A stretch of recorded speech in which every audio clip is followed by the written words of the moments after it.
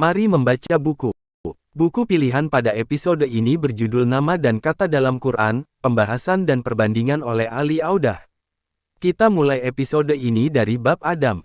Adam, telah kami ciptakan manusia dari tanah liat kering yang mendenting, dari tanah lumpur yang diberi bentuk, surat Hijr atau surat 15, ayat 26. Adam dalam Quran. Penciptaan Adam dari tanah dapat dibaca dalam beberapa ayat dalam Quran. Keterangan ini diperoleh dari firman Allah kepada malaikat, bahwa Dia menciptakan makhluk manusia dari tanah. Dalam ayat di atas didapat penjelasan mengenai tanah itu ketika dikatakan langsung, bahwa Allah menciptakan manusia dari tanah liat kering dan diberi bentuk.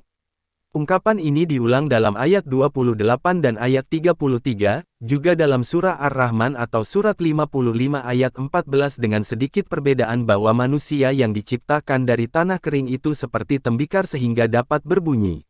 Dia menciptakan manusia dari tanah liat kering yang mendenting seperti tembikar. Surat Rahman atau surat 55 ayat 14.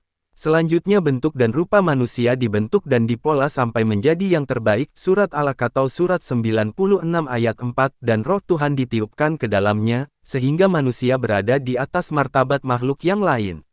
Setelah itu diperintahkan kepada malaikat sujud kepada manusia. Mungkin ini merupakan upacara tanda selesainya penciptaan suatu makhluk yang sangat penting, yang disebut khalifah. Perhatikanlah Tuhanmu berfirman kepada para malaikat. Aku akan membuat khalifah di bumi. Mereka berkata, engkau akan menempatkan orang, yang akan merusak di sana, yang akan membuat tumpahan darah padahal kami mengagungkan dan menjunjungmu dengan puji-pujian dan menguduskan dikau. Ia menjawab, aku mengetahui apa yang tidak kamu ketahui, surat Al-Baqarah atau surat 2 ayat 30. Dalam ayat di atas Allah berfirman kepada para malaikat, sujudlah kamu kepada Adam, sujud sebagai penghormatan kepada Adam ciptaannya, bukan sebagai ibadah, mereka pun bersujud.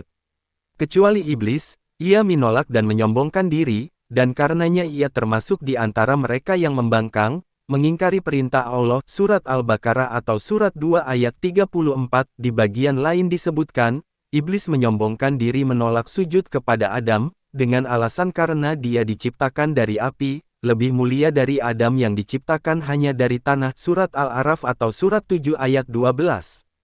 Ini dinilai sebagai suatu kezaliman, sebagai contoh bagi anak cucu Adam yang menyombongkan diri karena asal-usul keturunannya.